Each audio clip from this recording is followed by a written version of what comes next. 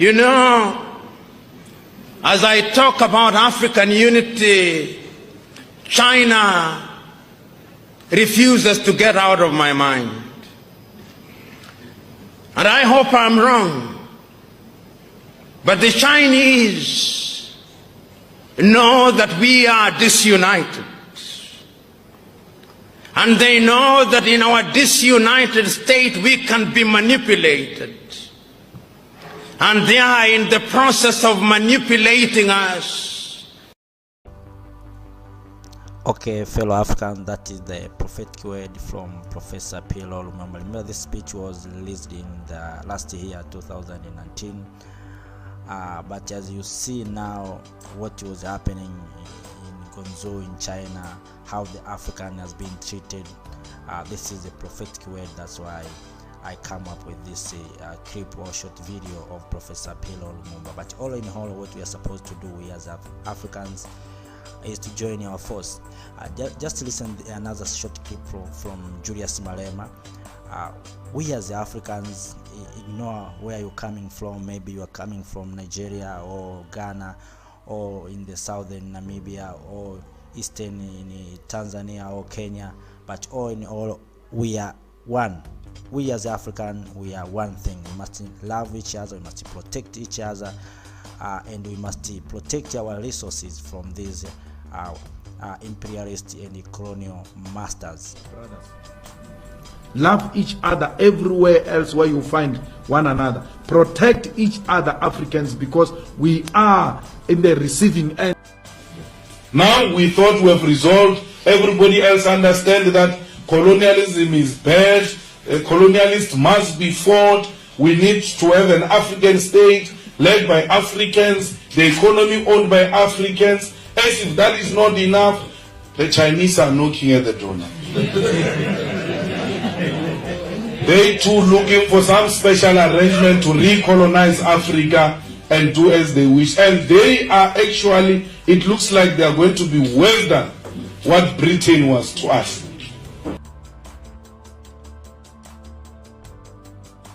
So today, there is not a single African country in which the Chinese have not built a stadium. They think we love stadia. There is not a single African country in which they are not building some roads. The Chinese are capable of delivering 3 types of qualities of the things they do. Quality number 1, they take to the United States of America and Europe. Quality number 2, they take to their fellow Asian countries, including India. Quality number 3, which is at the very bottom, they dump in Africa, and the Africans consume them gleefully.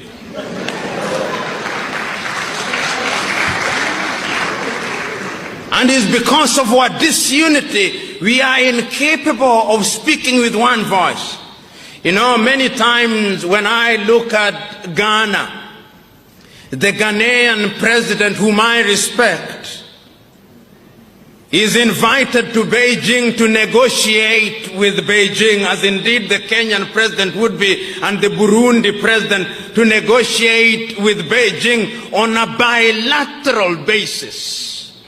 And when they invite African leaders, they humor them, complete with guards of honor and 21 gun salutes, so that they think that they are equal. But the Ghanaian economy's GDP is possibly 1/3 of the GDP of the city of Beijing.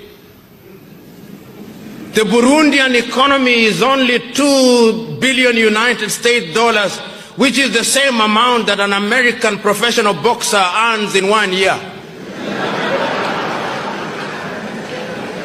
The economy of Benin is smaller than Coca-Cola's advertising budget for 1 year. In other words, African economies are Mickey Mouse economies which cannot compete. And because we are disunited, we are incapable of moving as one unit. The European Union wants to have what they call bilateral negotiations with Benin. The European Union's combined economy, perhaps the largest market in the world today, is something in the neighborhood of 14 trillion United States dollars if you combine the European Union economy. And you have bilateral negotiations with Benin. That is smaller than the turnover of Standard Chartered Bank. In other words, the president of Standard Chartered Bank could very well be the one negotiating with the president of Benin, if we were to be realistic. But that is because we are disunited. And I'm submitting to us that the only antidote to that is our unity.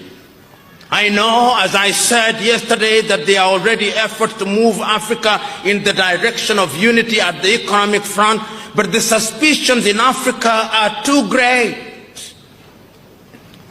The African politician is perhaps, with due respect to them, Africa's curse.